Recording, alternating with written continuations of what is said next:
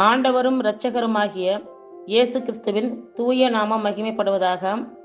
Mark எழுதின சுவிசேஷம் 4ஆம் அதிகாரத்திலுள்ள வசனங்களை நாம் இப்பொழுது தியானிக்க இருக்கிறோம். அவர் மறுபடியும் கடலோரத்திலே போதகம் பண்ண தொடங்கினார்.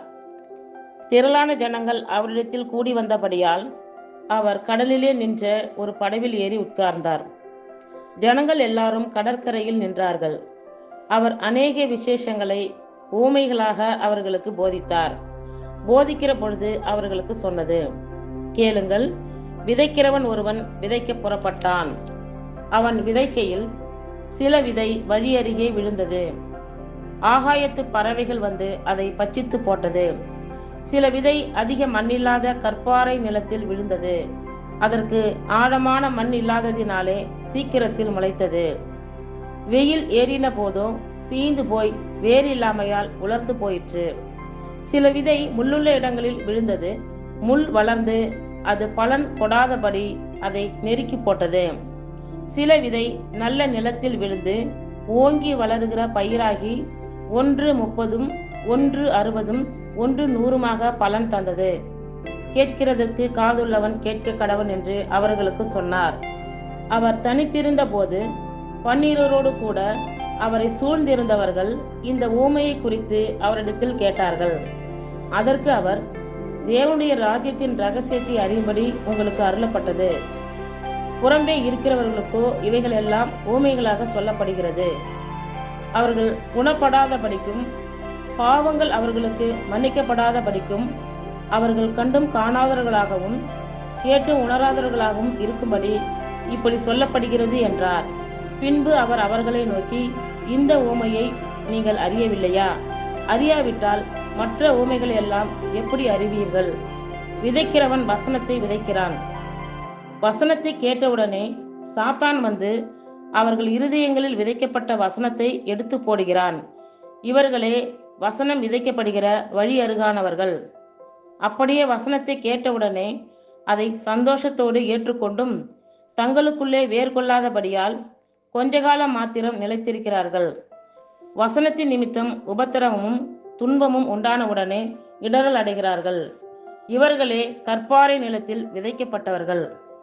வசனத்தை கேட்டும் உலக கவலைகளும் ஐஸ்வர்யத்தின் மயக்கமும் மற்றவைகளை பற்றி உண்டாகிற இச்சைகளும் உட்பிரவேசித்து வசனத்தை நெருக்கி போட அதனால் பலனற்று போகிறார்கள். இவர்களே முள்ளுள்ள இடங்களில் விதைக்கப்பட்டவர்கள். வசனத்தை கேட்டு ஏற்றுக்கொண்டு 1 30, 1 60, 1 100 பலன் கொடுக்கிறார்கள்.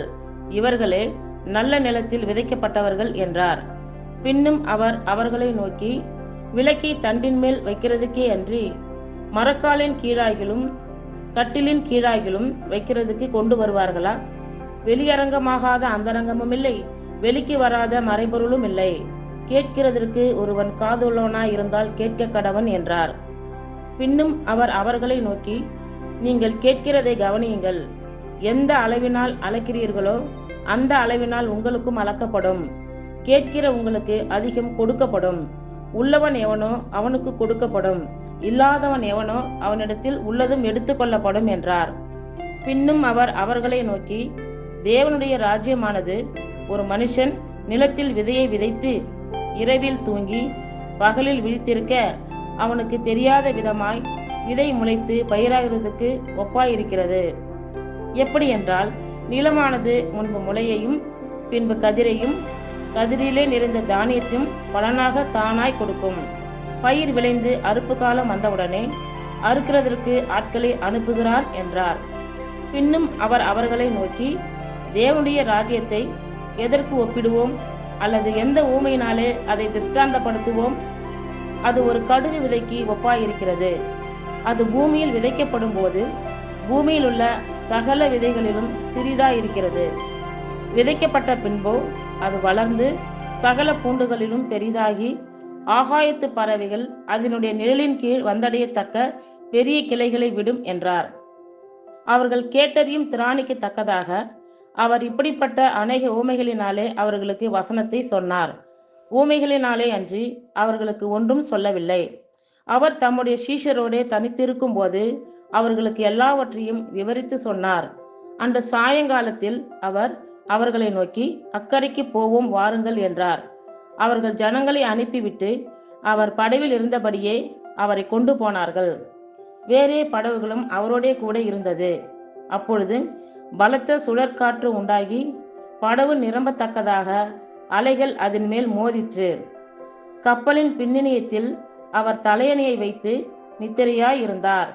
அவர்கள் அவரை எழுப்பி, போதகரே, நாங்கள் மடிந்து போகிறது உமக்கு கவலை இல்லையா என்றார்கள். அவர் எழுந்து காற்றை அதட்டி கடலை பார்த்து, இறையாதே, அமைதலாயிரு என்றார். அப்பொழுது காற்று நின்று போய் மிகுந்த அமைதல் உண்டாயிற்று. அவர் அவர்களை நோக்கி, ஏன் இப்படி பயப்பட்டீர்கள்? ஏன் உங்களுக்கு விசுவாசம் இல்லாமற் போயிற்று என்றார்.